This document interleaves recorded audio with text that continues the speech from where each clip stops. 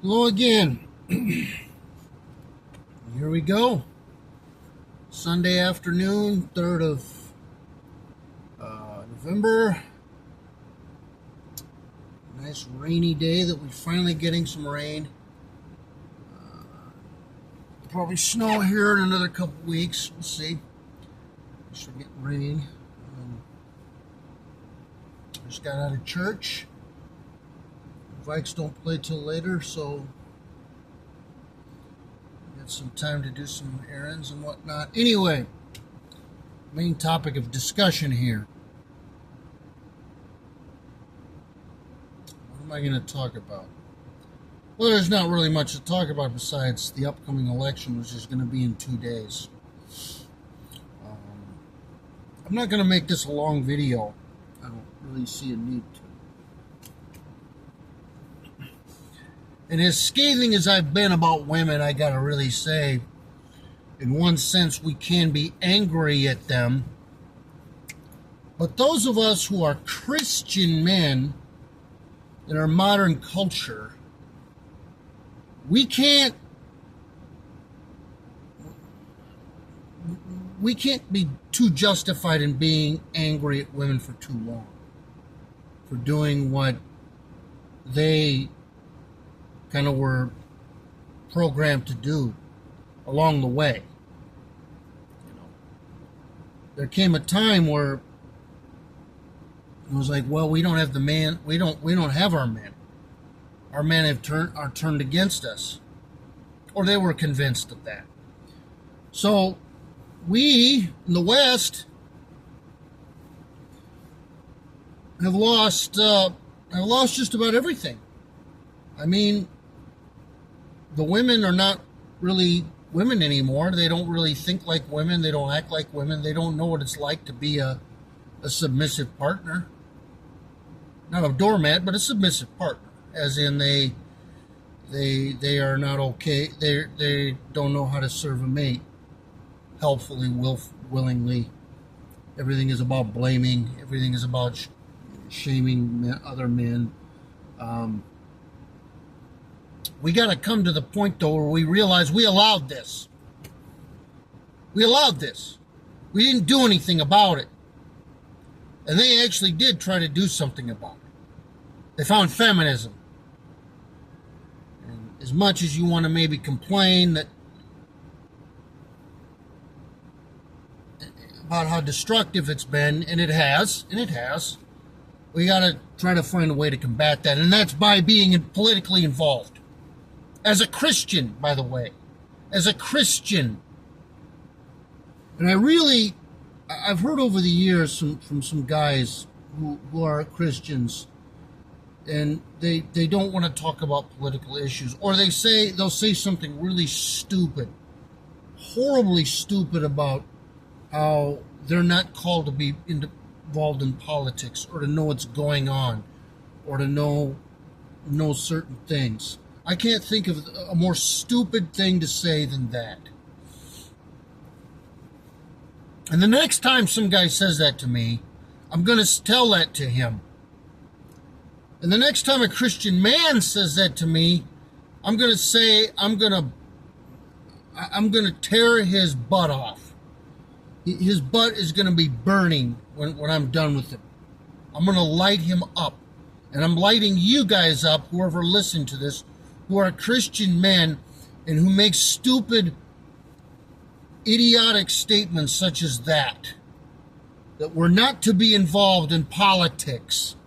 And then following that up with another stupid, horribly stupid statement about how Jesus was not involved in politics. That is the dumbest thing. Those are the two dumbest things I've ever heard in my life. So if you want to say that, just know that you sound like a complete idiot at this point. Especially when we see that Planned Parenthood and abortion is now considered a God-given right, a reproductive right. People talk about it now like it's that. a reproductive right. And the LGBTQ community are promoting their lifestyles as normal. Say what you will, they are not normal. And they should not, they belong nowhere in the church. And when you see a flag outside many of these dead churches, a rainbow flag signalizing love and tolerance, you must know that we as men have failed. We failed. So stand up and do something. And just for the record, Jesus' entire ministry was political. His Sermon on the Mount was a political speech. He was directing it at political people. His views on taxes were political. Everything he said with the Pharisees and Sadducees and how to treat others was political. His death and his resurrection were political. Okay, possibly he didn't promote a kingdom on earth. That, if you want to say that, that's one thing. But to say that he had no say in politics, or that your excuses for not wanting to want to stay out of the Roe versus Wade, or the civil rights, which is now the LGBTQ monstrosity, which is basically almost turning evil into good and good into evil. And it's prevalent in the modern day church. You want to tell me that foolishness? Get out of here. Get the fuck out of here with that shit. You sound stupid. And shame on you for allowing it. If you listen to this, I hope you get butthurt big time by it.